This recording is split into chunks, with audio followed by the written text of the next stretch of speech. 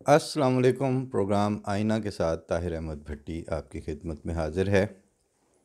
जिस तसलसल में आपको फ़ीडबैक का पिछला प्रोग्राम हमने पेश किया था, वो एक तरह से साल के वाइंड अप के हवाले से था और मंथ के हवाले से, दिसंबर के हवाले से जो चल रही होती है रेगुलर, वो आज आप उसको उस तसलसल का हिस्सा भी आज के प्रोग्राम को समझ सकते हैं। और आगे नया साल शुरू हो रहा है 2021, तो उसका आप इसको पहला प्रोग्राम के तौर पर भी ले सकते हैं। दूसरा, बहुत से जो सुनने और देखने वाले हैं वो राब्ता भी फरमाते हैं, अहबाब वैसे भी राब्ता करते हैं, तो वो जो न्यू ईयर की ग्रीटिंग्स होती हैं मेरी तरफ से भी, आईना अब्सार की टीम, आईना अब्सार के सेटअप की तरफ से सब देखने वालों को नया साल बहुत बहुत मुबारक हो। अल्लाह ताला इसको बहुत सी बरकतों का पेश खैमा बनाए और आलम इंसानियत के लिए भी अमन के सामान पैदा होने के रास्ते निकलें और लोगों में सोचों में वो तब्दीली आए जिसके नतीजे में एक प्लूरलिस्ट सोसाइटी और दूसरों को जीने का हक देने और ख़ुद बेहतर तरीके से ज़िंदा रहने के अतवार नज़र आएँ चलते फिरते उठते बैठते सोसाइटी के अंदर से।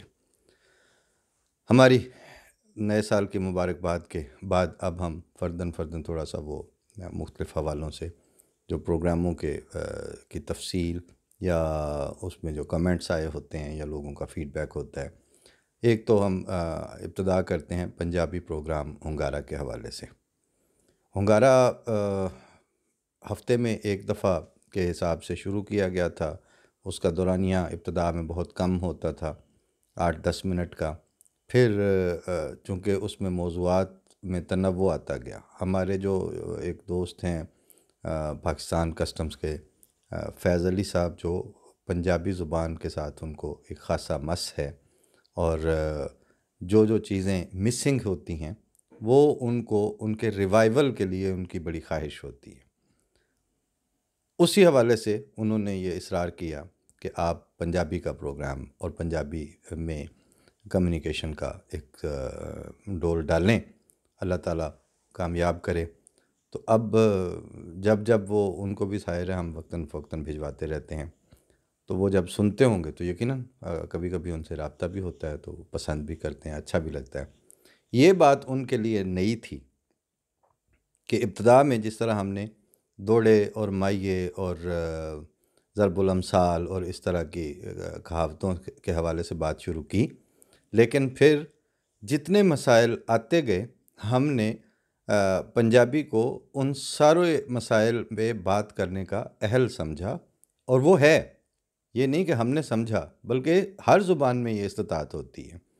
और जितनी कोई ज़ुबान ज़्यादा इंडिजिनियस और अपनी रूट्स के साथ जुड़ी हुई हो और वहाँ से तशबीह और इस्तारा जो है वो लोकलाइज्ड हो, उतना ही उसमें इबलाग की जहतें ज़्यादा हो जाती हैं और गहरी हो जाती हैं। ये मामला अरबी के साथ भी हुआ। वहाँ पर जो अच्छी और मुस्तनद ज़ुबान समझी जाती थी, वो बदवी या उनके जो देहात का कल्चर होता था, वहाँ पर असल फ़सीह और बलीग ज़ुबान सीखने के लिए बच्चों को उनके सुपुर्द किया जाता था। तो जो चीज़ कल वैलिड थी वो आज भी वैलिड है। जिस तरह हम अपने बच्चों पे जब बात हुई तो मैंने उनको कहा कि आपने किसी भी पंजाबी के एक्सप्रेशन को अडॉप्ट करते हुए किसी तरह की कोई किसी कॉम्प्लेक्स का शिकार नहीं होना। वजह यह है कि पहले आप पानी कहेंगे पंजाबी में, उर्दू में आएंगे तो आपको पता चलेगा अच्छा पानी। वही पानी है जो जब आप स्कूल में जाएंगे वहाँ अंग्रेज़ी सीखेंगे वो वाटर हो जाएगा। वही वाटर था जो आज जर्मनी में आया तो वो वासर हो गया। तो अगर बुनियाद में जो पहला पत्थर और पहली ईंट थी वो हम पानी ना कह सकते, तो वाटर और वासर की स्टेजेस से डायरेक्ट तो नहीं शुरू कर सकते थे। मतलब हमारा अगर ओरिजिन वो होता तो जहाँ का ओरिजिन है उसको साथ लेके चलने में ना सिर्फ ये कि हर्ज कोई नहीं, बल्कि वो बहुत ज़रूरी होता है। फिर उसके बाद उसका वक्त भी बढ़ता गया, फिर उसका स्कोप भी बढ़ता गया, उसमें मसाइल की जो डिस्कशन के जो टॉपिक्स थे उनमें भी तब्दीली आती गई। मसलन पिछले दिनों नॉर्वे में हमारी एक दोस्त से बात हो रही थी, तो उन्होंने उनकी एक्सपर्टीज़ है इसमें सस्टेनेबिलिटी के ऊपर। तो मैंने कहा कि हाँ, इसको भी हम पंजाबी में बात करेंगे, पंजाबी प्रोग्राम में इसका भी स्कोप है। मसलन यही कि पंजाबी में कहते हैं डंग टपाऊ, तो वो जो डंग टपाऊ अप्रोच है वो एडाकिज़म है अंग्रेज़ी में आए तो। और सस्टेनेबिलिटी का अगर और कुछ नहीं तो पंजाबी में अगर डायरेक्ट तर्जमा करें तो वो जिसे कहते हैं ना पक्के पैरी, वो पंजाबी में वही सस्टेनेबिलिटी है। लिहाजा चीज़ें वही होती हैं कि जो पक्के पैरी उनकी बुनियाद रखी जाती है, और फिर उस ज़ुबान को बोलने वालों को जब आप उन्हीं के अंदाज में वो बात पेश करते हैं तो वो उनके लिए डाइजेस्टेबल भी होती है। वो उसमें उसको फर्दर जब अपने जहनों में बात आ जाती है, एक दफ़ा आइडिया कंसीव हो जाता है, तो फिर वो उसको डेवलप भी कर लेते हैं। इस पे इस सारे दौरानिए में कमेंट्स में भी, ज़ाती टेलीफोनिकली भी दोस्तों का ये इसरार रहा कि पंजाबी के प्रोग्राम को 2 दफ़ा किया जाए हफ्ते में। तो हमने ये जो मुख्तलिफ़ जगह से आरा आई हुई थी वो कमेंट्स और फीडबैक में आपके सुपुर्द कर दी हैं। अब जैसा आप लोगों का फीडबैक होगा उसमें हम उसके मुताबिक आगे चल पड़ेंगे। दूसरे नंबर पर जो 4 प्रोग्राम इस वक्त चल रहे हैं उनकी जो रेटिंग या उनकी जो तरतीब है वो नंबर 1 पे प्रोग्राम आईना होता है, उसके सबसे ज़्यादा उसको देखने वाले हैं। उसके बाद हुंगारा की बारी आती है। हुंगारा के देखने वाले उससे कम हैं, मगर ये भी साथ है कि वो उससे डिफरेंट भी हैं। जो हुंगारा को देखने वाले हैं वो उसी के साथ इन्वॉल्व रहते हैं और वो समझते हैं कि साडा प्रोग्राम हुंगारा ही है, चलें वेलकम, वो भी एक है सिलसिला। इसीलिए हम बाज़ दफ़ा आईना वाले मौज़ूआत हुंगारा में भी डिस्कस कर लेते हैं। फिर है कुतुबनुमा। कुतुबनुमा में बहुत, जैसे कहते हैं ना, चख चख के लोग उसकी तरफ आ रहे हैं। मसला क्या कि उसमें एकेडमिक्स इन्वॉल्व हो जाती हैं। हमें जिस ज़माने में ये अपना मीडिया की या कम्युनिकेशन की या पब्लिक पार्टिसिपेशन के हवाले से बात शुरू करने का मौका पैदा हुआ है और जब हमने ये इनिशिएटिव लिया है, वो ऐसा दौर था कि जहाँ पर इस वक्त एंटरटेनमेंट ही सब कुछ है, और इस हद तक कि अब ख़बर भी एंटरटेनमेंट के अंदाज में पेश की जाए तो उसकी कोई अहमियत है, उसी पे लोग ट्यून होते हैं, वरना उसको भी छोड़ के आगे चल पड़ते हैं। और ख़बरों में भी या जो करंट अफेयर्स की गुफ्तगू है उसमें भी ये, चूँकि बुनियादी जो वफ़ा थी वो इंफॉर्मेशन, मालूमात, इल्म या फ़हम, उसके साथ कम कमिटमेंट थी लोगों की। और जो उसमें है ना दिल खुशकुन और थोड़ा जिसे कहते हैं कि जी एंटरटेन करना, एक इस्तेज़ा, एक जुमलाबाजी, जुगत, और ये इस कल्चर के साथ साथ मिले जुले जो प्रोग्राम ज़्यादा आ रहे थे, उनकी आप देख भी रहे हैं कि उनकी रेटिंग है। इस पे हमारे एक दोस्त ने जो ऑफ एयर बात करते हुए उन्होंने कहा, तो मैंने कहा कि इसका जो कंपैरिजन करते हुए, एक ज़माने में एक मशहूर हुआ था फ़िक्रा कि तवाइफ़ के तमव्वुल से शरीफ घरेलू औरत को परेशान नहीं होना चाहिए। ये उस ज़माने में कराची के अदबी हलकों में उवैदुल अलीम का ये जुमला काफ़ी मशहूर हुआ था।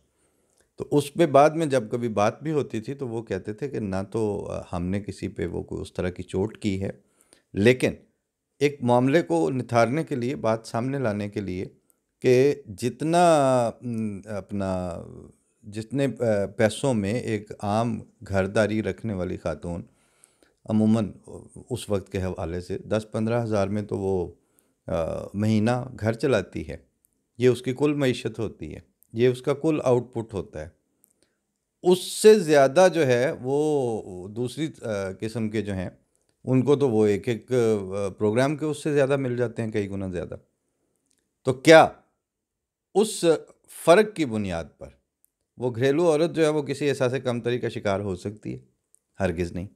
उसको पता है कि मेरी मईशत या मेरी पहुंच या मेरा जो बज़ाहिर दायरा कार है वो अगरचे महदूद है, लेकिन इस हदबंदी के अंदर मुझे जिस दूर पार और दूर मार ज़मानों तक अपनी नस्ल की तरबियत करके अपना इनपुट जो है वो इनकी शक्ल में अगले ज़मानों तक मुमतद करना है, वो उस औरत को दूसरी को नसीब नहीं है।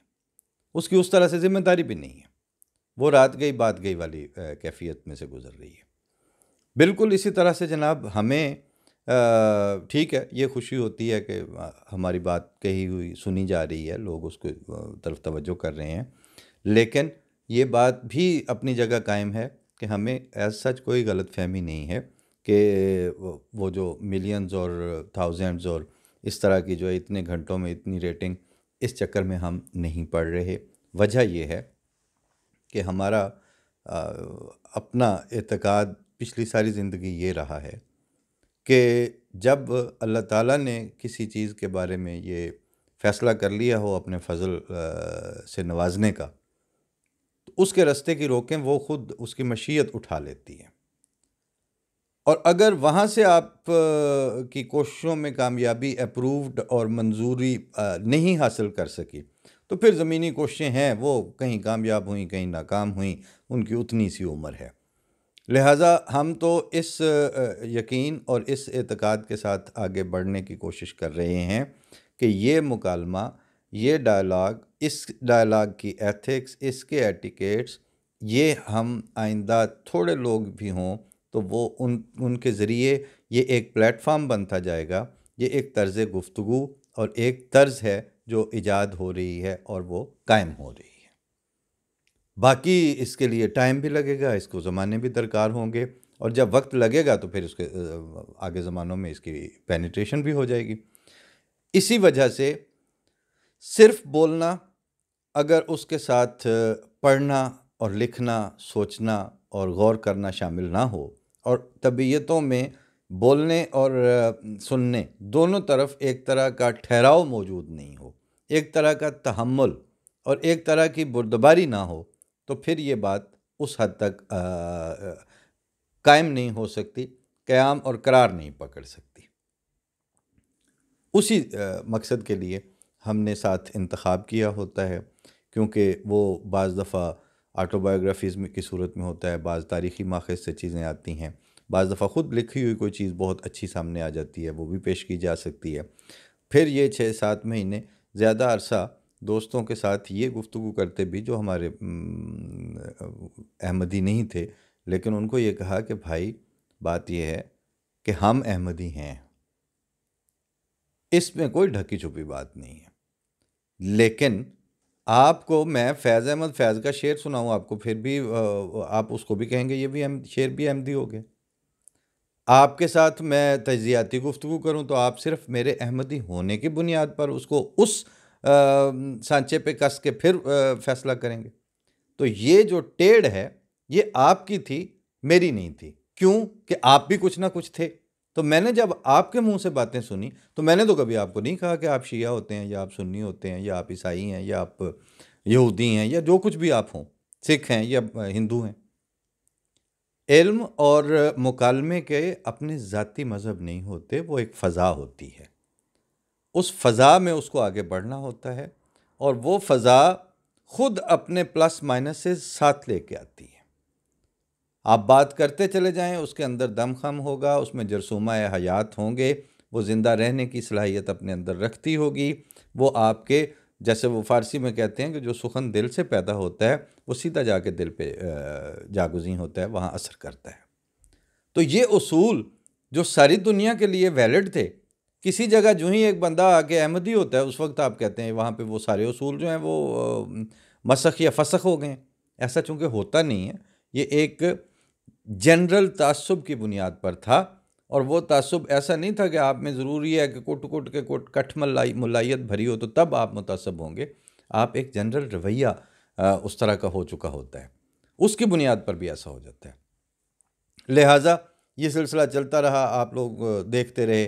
दरमियान में नंगी गालियाँ बकवास वाले कमेंट्स भी आते थे। अल्लाह ने फ़ज़ल किया, आहिस्ता आहिस्ता उनमें कुछ कमी आती गई, फिर थोड़ी एक्सेप्टेंस बढ़ती गई, फिर ये भी हुआ। अब कल मुझे बड़ी खुशी हुई कि 6-7 महीने बाद पहली दफ़ा अंग्रेज़ी ज़ुबान में लिखा हुआ एक कमेंट आया।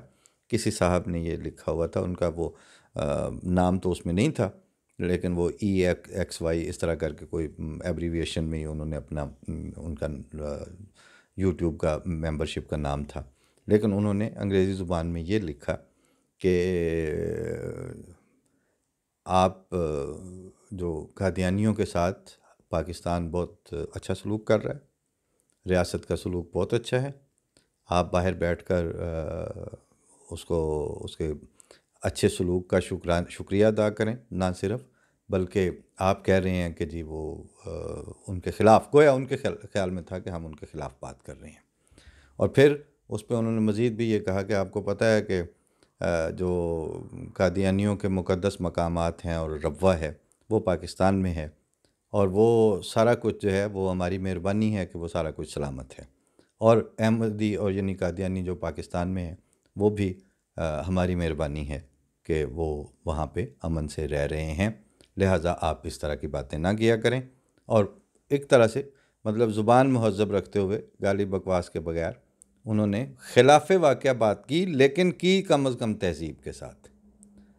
हम यही चाहते थे कि आपने हमें अच्छा समझना है या नहीं समझना, ये आपकी स्वीट विल है, लेकिन आपको आम तौर पर गुफ्तगू करने के करीने आने चाहिए, आपको आम तौर पर इख्तलाफ करने के आदाब आने चाहिए, और आपको जनरली ये एक मयार इस्टेब्लिश अपनी सोसाइटी में ज़रूर करना चाहिए कि आपकी पसंद नापसंद दूसरे की लाइफ और प्रॉपर्टी की और इज़्ज़त की तहफ़्फ़ुज़ की ज़मानत नहीं है, बल्कि उस शख्स का वजूद ही, उसकी ज़ात ही हक रखती है कि उसकी ज़ात, उसकी जान, उसकी माल, उसकी प्रॉपर्टी, उसकी इज़्ज़त का तहफ़्फ़ुज़ उस सोसाइटी के नॉर्म्स का हिस्सा होना चाहिए।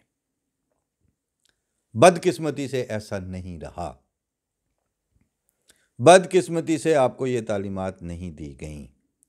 इंतहाई बदकिस्मती है कि आपकी लंबा अरसा तक हुकूमतें और रियासत इस मकरूह काम में शरीक कार रही है। उसके नतीजे में 2 नस्लें पैदा होके जवान हुई हैं और एक बूढ़ी हो चुकी है। 40 साल के बाद आप उसको दोबारा से नहीं तरबियत कर सकते।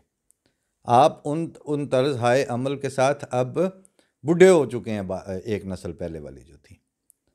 लेकिन हम इसलिए मायूस नहीं हैं, और हमें इसलिए मायूसी नहीं हुई कि खुदा ताला ने जब हमें पैदा किया है या हमें इस जमात के अंदर रहने और पैदा होने और इसमें कायम रहने की सादत आज तक अता की है, तो हमारी ज़िंदगी, हमारी जान माल वक्त, इन सारी चीज़ों और इज़्ज़त की जो हिफाजत है वो करने वाला है, वो मालिक है। तो इसलिए ये आपके और हमारी चूँकि अंडरस्टैंडिंग में बुनियादी फ़र्क है। आप समझते हैं कि आप हमें तहफ़्फ़ुज़ दे सकते हैं, आप तहफ़्फ़ुज़ दे ही नहीं सकते। जुल्म आप कर सकते हैं, वो आप कर रहे हैं। बाकी जान लेना, जान देना, ज़िंदगी देना, ज़िंदगी लेना, ये इंसानों का काम नहीं है, ये खुदा ताला के काम है। इंसान सिर्फ़ मुआशरे को खूबसूरत बनाने में अपना किरदार अपने रवैयों के ज़रिए अदा कर सकते हैं, और रवैयों की तब्दीली के लिए लंबा अरसा मुकालमा भी करना पड़ता है, मेहनत भी करनी पड़ती है, बात भी करनी पड़ती है। hunगारा से बात चलती हुई आईना के भी बाज़ हिस्से उसी के अंदर आ गए, लोगों के इसी तरह के आते हैं जवाबात भी। इसी तरह फिर मैंने जैसे अर्ज़ कर दिया था कि एक अंग्रेज़ी प्रोग्राम का भी पाइपलाइन में है, इंशाल्लाह उस पे काम हो रहा है, वो भी अपने वक्त पे शुरू हो जाएगा। और वेबसाइट भी पहली तिमाही में आपको अवेलेबल होगी। जिन्होंने बहुत तफसील से राइट अप भिजवाने हों वो उस पर भी भिजवा सकते हैं। इसी तरह बहुत सी जगहों से ये भी इसरार था कि जो इसके प्रोग्राम्स हो चुके हैं उनको किताबी शक्ल में भी साथ साथ तदवीन हो जाए, ताकि उसके आईना प्रोग्राम के लाइब्रेरी वर्जन्स भी तैयार होते जाएं। ठीक है, हमने इसको नोट भी किया है, हम इस पे काम भी कर रहे हैं, बल्कि शायद इसमें जो 40-50 जो पहले प्रोग्राम थे वो तो खैर टाइप होके मेरे पास आ भी चुके हैं, और इंशाल्लाह जल्द ही उन पे भी वो सिलसिला शुरू हो जाएगा। इसके बाद अगली जो चीज़ थी वो ये थी कि हमें अब तनव्वु की ज़रूरत होगी। तनव्वु से मुराद ये है कि जितने खाने खाली हैं या जितने आगे शोबा है ज़िंदगी में गुफ्तगू की, बात की, सोच समझ की और कम्युनिकेशन की ज़रूरत है, वो हमने उन सारे शोबों में काम करना है, और मीडिया का बुनियादी रोल यही है। लेकिन मीडिया चूँकि पाकिस्तान में अपना पाकिस्तान में भी और दुनिया के बाकी ममालिक में भी ऐसा है कि वो काम नहीं कर रहा जो उसको करना चाहिए। चंद मुल्कों में ये रिवाज है कि वो अपनी नस्लों को सामने रखते हुए उसके मुताबिक प्रोग्राम बनाते हैं। चंद मुल्कों में ये रिवाज है कि वो अपनी डे टू डे नीड्स को अपने प्रोग्रामों में, अपने टॉक शोज़ में, अपने मॉर्निंग शोज़ में एड्रेस करते हैं।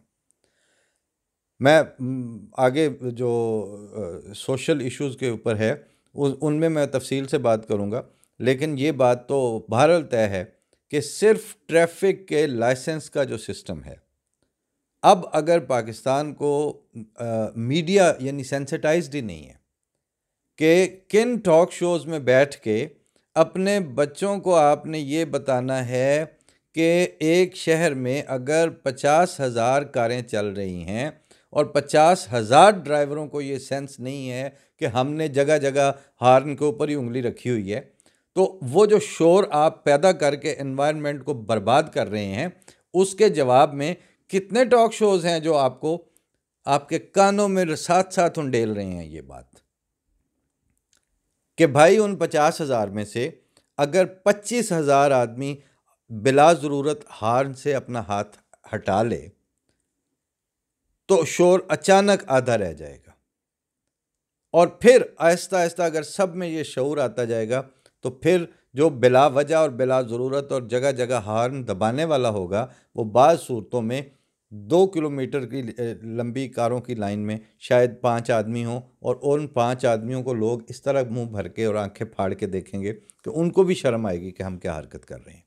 यहाँ जर्मनी में यही हो रहा है कि बेज़रूरत हार्न वाले को तो सारी लाइनों में से लोग पलट के देखते हैं कि इनू क्यों है, लेकिन ये वक्त एक दिन में नहीं आता।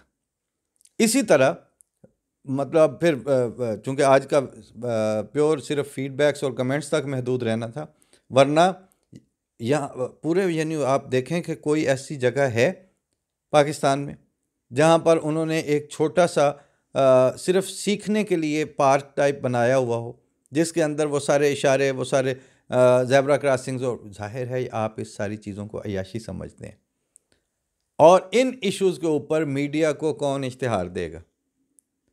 हालांकि ये हमारी ज़रूरत है, हालांकि ये सस्टेनेबिलिटी की बुनियादी ज़रूरियात हैं, हालांकि ये सवाल उठाना बहुत ज़रूरी है कि 22 करोड़ की आबादी में 2 करोड़ बंदों के पास कारें होंगी, ये ज़्यादा से ज़्यादा 2 करोड़ के पास भी नहीं है, शायद 1 करोड़ के पास हो।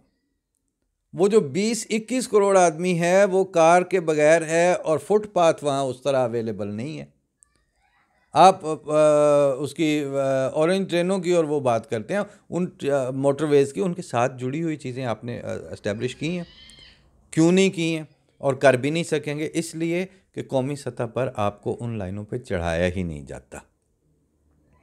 इधर से एक रवाना होगा जुलूस मरियम का और बिलावल का, और साथ साथ वो कैमरे लेके चल पड़ेंगे।